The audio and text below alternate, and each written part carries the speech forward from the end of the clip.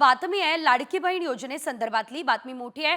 8 लाख महिलांनी लाडकी बहीण आणि नमो शेतकरी योजनांचा लाभ घेतलाय असं समोर येत आहे। त्यामुळे आता या महिलांना लाडकी बहीण योजनेअंतर्गत फक्त 6000 रुपये मिळण्याची शक्यता आहे। नमो शेतकरी योजनेअंतर्गत राज्य सरकार 6000 आणि केंद्र सरकार 6000 असे एकूण 12000 रुपये देते।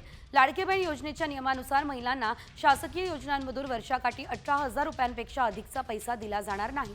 त्यामुळे आता लाडकी बहीण योजनेच्या नियमात बदल केले जाणार अशी माहिती सध्या तरी मिळते आहे।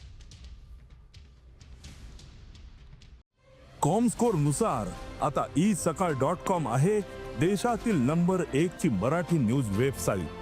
प्रत्येक अपडेटसाठी isakal.com ला नक्की भेट द्या।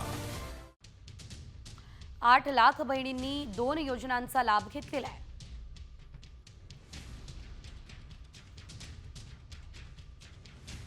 नमो शेतकरी आणि लाडकी बहीण या दोन्ही योजनांचा लाभ या महिलांनी घेतला।